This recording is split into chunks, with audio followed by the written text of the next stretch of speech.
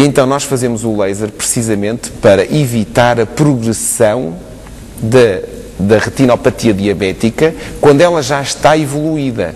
Portanto, você pode ter uma pequena retinopatia diabética, pequenas lesões de diabetes na sua retina, que não há necessidade de fazer laser. Mas se essas lesões já forem acentuadas, evoluídas, então aí temos que fazer laser para evitar que essas lesões destruam a retina. Portanto, tentamos evitar a progressão da diabetes. Mas mais importante do que isso, porque isso é uma solução que está a tentar contrariar um problema de base, porque o problema é que geralmente a diabetes não está controlada. E é por isso que surge a retinopatia diabética. Portanto, importante é você falar com o seu endocrinologista e com o nutricionista, os dois em conjunto, tentar controlar a sua diabetes. Porque você, por exemplo, se tiver a diabetes descontrolada e se nós estivermos a fazer laser no seu olho, até pode ser de uma forma semanal, não adianta muito. Porque o laser não vai tratar a sua retinopatia diabética se você não controlar a diabetes. E a princípio eu julgo que sim, doutor, porque eu agora já estou com insulina. Sim. E portanto já vou tendo valores mais controle. Mais controlados. Ótimo. Portanto, foi por isso que você fez laser. Porque já sim, o meu colega... Eu tinha dois pequenos micro-organismos... Não são micro-organismos, desculpe interromper. São microaneurismas ou microhemorragias. Joaquim, espero que tenha ficado esclarecido. Nós vamos ter que seguir em frente e dar a vez a outros telespectadores. Muito obrigada, Joaquim Braga, pela sua participação. Vamos seguir em frente e vamos dar a vez agora a outra telespectadora, é a Maria Ribeiro, que nos telefona de Rio Tinto. Muito boa tarde. Estou, muito boa tarde. Olá, bem-vinda ao consultório. Olá, boa tarde ao Sr. Doutor. Boa tarde. Sr. Doutor, era o seguinte, eu já uso óculos há alguns anos. E todos os anos vou à oftalmologia para saber se preciso de lentes novas, se não. Uma vez que eu sou diabética. E o meu pai já cegou dos diabetes. E agora, ano passado, em maio, fui a uma consulta ao Hospital São João para ver se precisava de mudar as lentes. E onde o médico me disse que as lentes que estavam bem, o que eu tinha nos olhos era glaucoma. E uma vez que eu sou diabética, Sr. Doutor, sou hipertensa, agora surgiu uma doença de Parkinson, tomo muitos medicamentos e muitos deles são contra quem tiver glaucoma, não deve tomar aquela medicação. Eu já estou há 12 meses à espera, há 14 meses à espera dessa consulta. Eu só queria saber, Sr. Doutor, se o glaucoma é uma coisa grave, se não é, porque eu não sei, que não fui informada, nem me perguntei ao médico se era grave, se não. Está bem. E agradecia que o Sr. Doutor me eu explico-lhe assim, de uma forma breve, o que é o glaucoma. Muito obrigada. Rapidamente, porque ainda temos que dar a vez a outros telespectadores. Popularmente as pessoas dizem que glaucoma é igual a tensão alta do olho. Mas não é verdade. Você pode ter glaucoma com as tensões normais do olho. Glaucoma é definido como uma doença do nervo óptico com lesão funcional. O que é que isto quer dizer?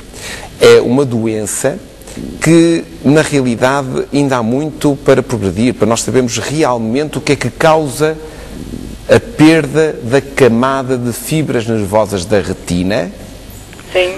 E que está comprovado que vai perder função visual.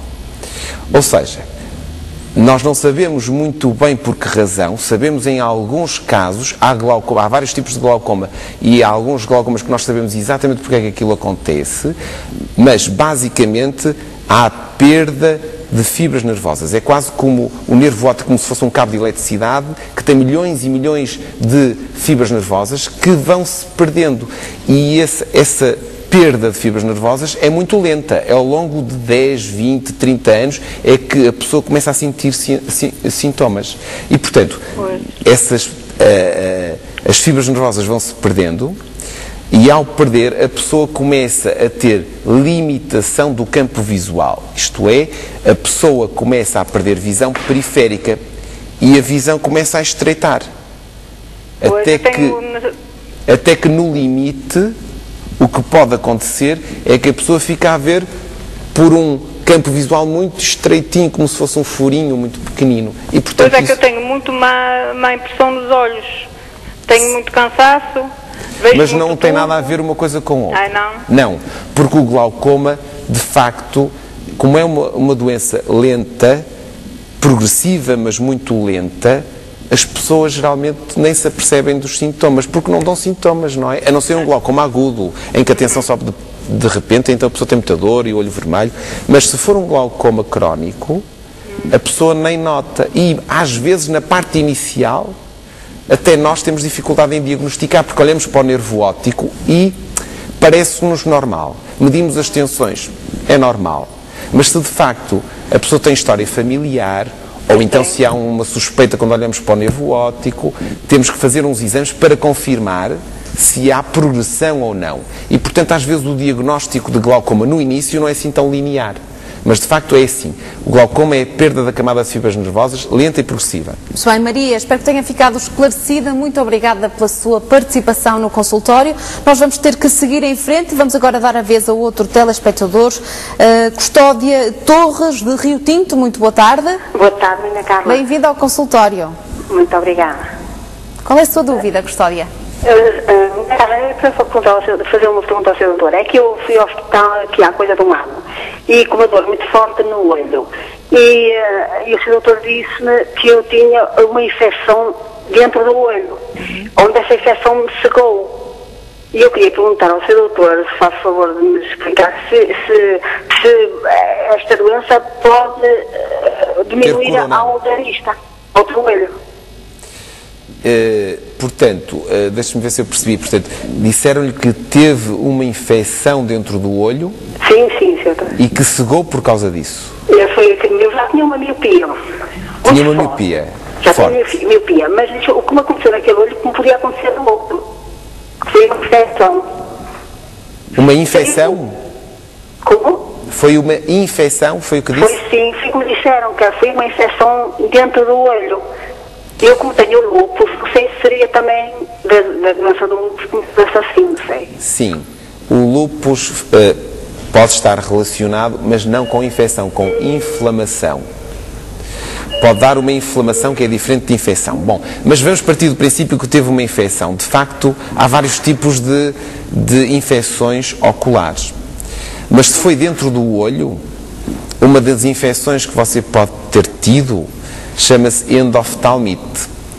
A endoftalmite pode ser provocada por uma cirurgia, mas já percebi que não. Mas também pode ser aquilo que nós chamamos endógena, não é? Pode haver um foco infeccioso que se espalha e depois pode ter dentro do olho.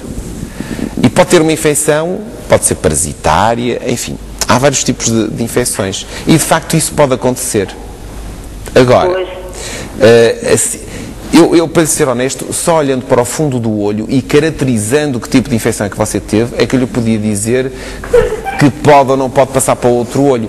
Mas, honestamente, assim, de uma maneira, assim, até abusiva, sem estar a olhar para si, parece-me pouco provável que uma infecção, depende da infecção, lá está, mas uma infecção de um olho passe para o outro, assim, de uma maneira... sei lá, pouco explicável. Eu acho que se calhar o melhor era você ser novamente vista e pôr essa questão ao colega da oftalmologia que estiver a ver, que é para a tranquilizar, porque se você não vê de um olho e tem medo que isso lhe passe para o outro, eu percebo a sua ansiedade, quer dizer, uma pessoa fica assustada. Portanto, na minha opinião, você devia ser novamente observado e com calma perguntar ao colega, afinal, que tipo de infecção é que eu tive e será que isto passa mesmo para outro olho ou não? Para você ficar tranquila também, está bem? Está bem, Custódia. Mas vou fazer o conselho do seu doutor. Sim, eu faço isso. Muito obrigada. As melhoras, Dona Custódia. Rápidas melhoras. Obrigada, Custódia Torres, pela sua participação no consultório. Eu agradeço a todos os telespectadores pela participação, mas hoje vamos ter que terminar por aqui. Dr. Álvaro Sá, muito obrigada pela sua presença. Foi um prazer tê-lo aqui connosco. Obrigada por esclarecer também as dúvidas dos nossos telespectadores.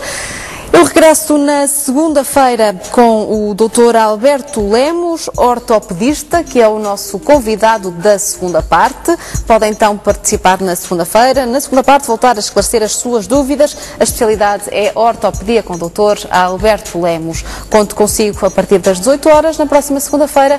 Até lá, cuida de si, tenha uma vida saudável e um bom fim de semana.